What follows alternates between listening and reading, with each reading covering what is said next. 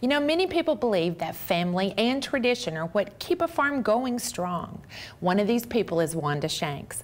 Not only has Mrs. Shanks lived on her Buffalo Valley farm for over 6 decades, but she continues to work this nearly 200-year-old farm 7 days a week. An octogenarian championship basketball player, Mrs. Shanks believes it's her daily chores that maintain her vibrant health. Everything from feeding stock to seeding hay to delivering calves. My name is Wanda Shanks. I live at 2900 Maddox Cemetery Road, just off of Hopewell Road in the western part of Putnam County. I have been living here on the farm for 61 years. When Walter and I got married, we moved to the farm, and this is where our 3 sons grew up. Walter, who is a nuclear specialist, he and his family live in Birmingham, Alabama. Wayne, who is principal of Cookeville High School, he and his family live in Cookeville. And Stanley, who has gone to be with his dad, his wife and children still live in Huntsville, Alabama. The Maddox, we're related to the Maddoxes.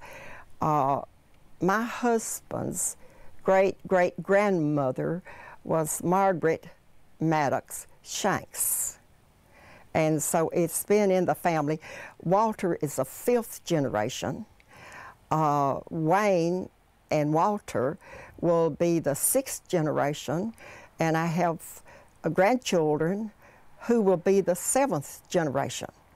And this is why I'm so interested in carrying on and keeping the farm up so they'll have it to take over one of these days when I decide to retire. Now, I'd like to tell you what has been told to me a little bit about the farm. There were 14 families that lived on the farm and made a living.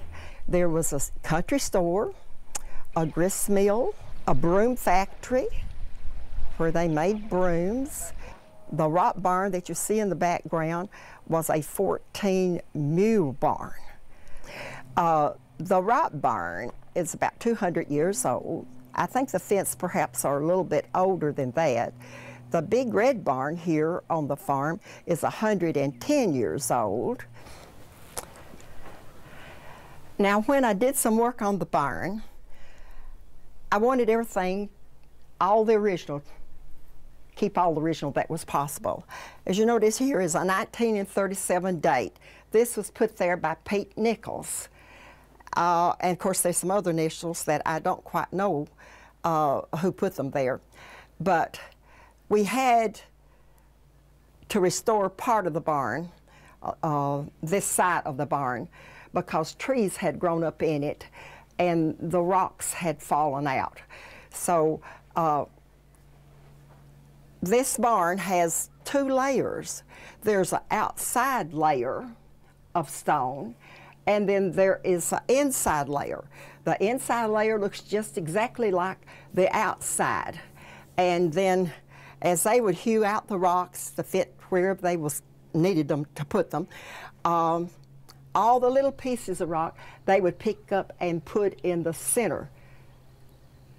And that's what they did on this side of the barn. The whole side we restored it. Now, when I did this, had this work done, you notice that we put new support to it. These are huge cedar trees that were cut off the farm. They're all about the same size, and in place of having 7 small stalls up and down, I made 3 on this side in order to take care of my cattle. When I sell calves, I load them in here, put them in here, and drive them right out and put them in the back of the trailer. It's made it real easy when I have to get cattle up and especially load them up. This has really helped me a lot. The rock barn was used during the Civil War to store their ammunition. And of course, the Indians used to make their ammunition, the arrowheads and everything, over on the hill. We have found where they made them, and we also found stone axe that were chiseled out. So around here was a very popular this farm especially was a very popular farm back in those days, especially with 14 families that live here, and they all had children. I'm a history lover, and I like history, and I like the old things. I like to maintain the rocks and the barn. I've done work on the rock barn, but I maintained everything, kept all the original that was possible to keep in it. Well, history, you want to pass that down to your children, your grandchildren. Now you see the 7th generation, one of these days will be taking this farm over. And like the rock barn, when I restored part of it, they wanted to put a modern day gate. And if you see that gate over there, that's wood. I said, they didn't have these metal gates back 200 years ago.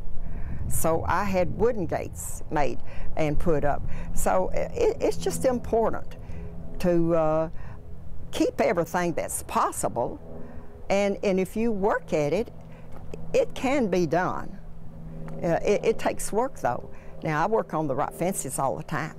And even to my grandson, Wes, he helped me a little over a year ago. We was working on the rock fence.